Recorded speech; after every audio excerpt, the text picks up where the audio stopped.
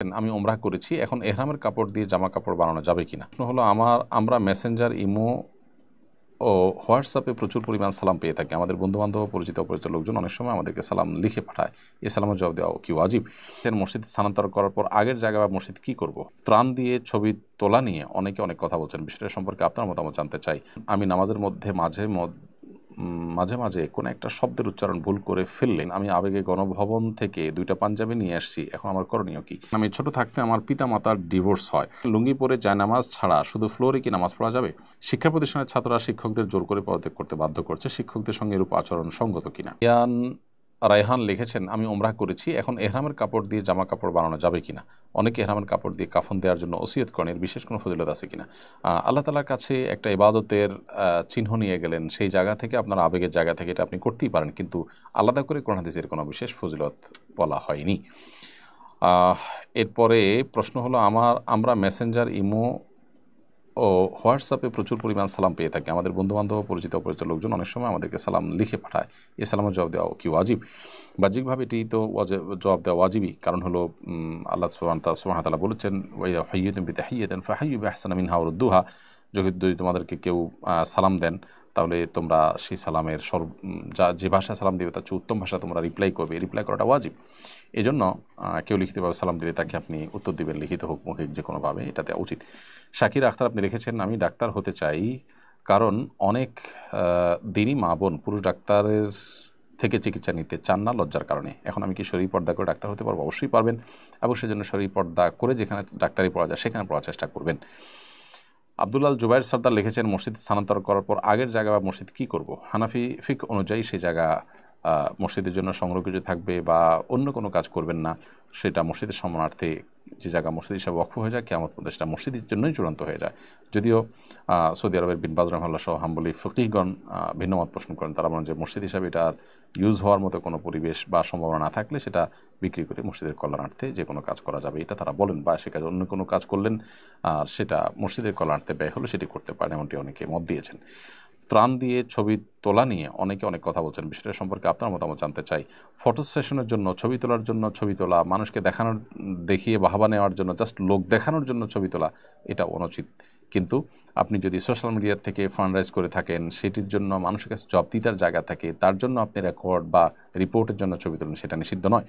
তবে সেক্ষেত্রে মানুষের প্রাইভেসির বিষয়টাকে খুব গুরুত্বের সাথে দেখা উচিত। আমরা আসনা ফাউন্ডেশন থেকে যে ত্রাণ কার্যক্রম পরিচালনা করি, আমরা সোশ্যাল মিডিয়া থেকে সেই টাকাটা কালেক্ট করি, এবং সেই টাকায় আমরা কিন্তু মানুষকে দিয়ে থাকি, মানুষের মধ্যে ব্যয় করে থাকি। তো যার কারণে সেটির জবাবদিহিতার জায়গা থেকে, ট্রান্সপারেন্সির জায়গা থেকে আমাদের রিপোর্ট করতে হয়, সেজন্য আমরা ছবি, লাইভ, ভিডিও ইত্যাদি করি। কিন্তু সেক্ষেত্রেও যে মানুষগুলোর ছবি তোলা হয়, চেষ্টা করা হয় তাদের চেহারা যেন প্রদর্শন না হয়। যারা তাদের ছবি তোলাতে আপত্তি করেন না বা অনুমোদন দিয়ে থাকেন, তাদেরটাই আমরা সাধারণত প্রচার করার চেষ্টা করে থাকি। তবে অন্যদেরও এই বিষয়গুলো মাথায় রাখা দরকার। আপনার অনবরত অপ্রয়োজনীয় ছবি তোলা, ভিডিও করা, এটা অনুচিত কাজ। এগুলোর মাধ্যমে আল্লাহর কাছ থেকে সওয়াব পাওয়ার সম্ভাবনাটা কমে যায়।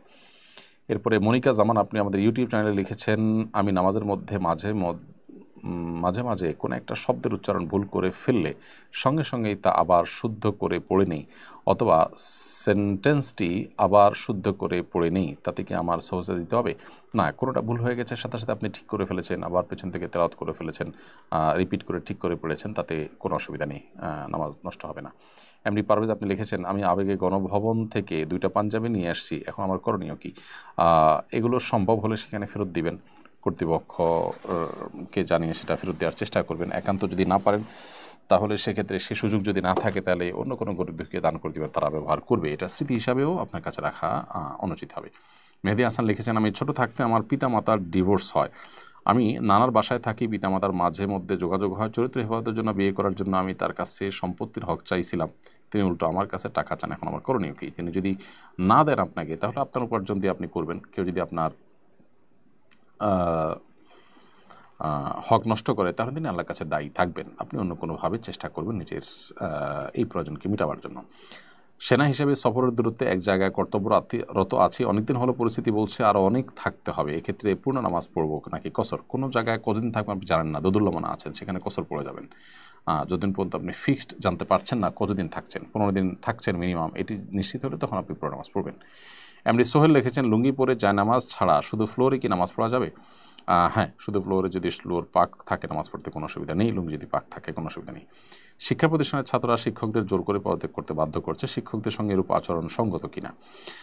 দেখুন, প্রথম কথা হলো যে কোনো শিক্ষক যদি অন্যায় কাজ করে থাকেন এবং তিনি থেকে অন্যায় কাজ করবেন মনে হয়, তাহলে তাকে আপনি পদত্যাগ করার জন্য জোর করছেন, কারণ তিনি এখানে থেকে অন্যায় করছেন, অন্যায় করবেন, তিনি খারাপ কাজ করেছেন, আরও করবেন সম্ভাবনা আছে, সেই জায়গা থেকে অন্যায় কাজের বাধা প্রদান হিসাবে সেটা আপনি করতেই পারেন, কিন্তু সীমালঙ্ঘন যেন না হয়। আপনি অন্যায়ের বাধা দিতে গিয়ে আপনি নিজে যেন আরেকটা অন্যায় করে না ফেলেন, এই বিষয়টা আমাদের খুব গুরুত্বের সাথে দেখতে হবে।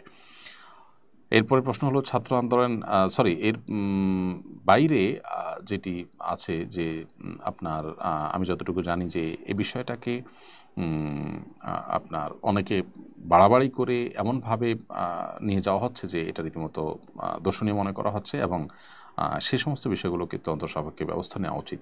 বিশেষ করে কোনো শিক্ষক যদি অন্যায়ের শিকার হয়ে থাকেন, শিক্ষক সম্মানের পাত্র, যদি তিনি অন্যায় করেন বা অন্যায় করেছেন বা করবেন বলে মনে হয়, রেকর্ড আছে, বিভিন্নভাবে তার পদত্যাগের বিষয়টি নিশ্চিত করা যায়, কিন্তু অসম্মান এবং সীমালঙ্ঘন এগুলো করা উচিত না। আল্লাহ তাআলা বলেছেন, ফাইন আকাবতুম ফাআকিবু বিমিসলি মা উকিবতুম বিহি, কেউ অন্যায় করেছে তুমি তার প্রতিকার চাও, তাহলে সঙ্গত পরিমাণে নাও, অতিরিক্ত করে সীমা ছাড়িয়েও যেও না। সেটা আমাদের মাথায় রাখতে দরকার।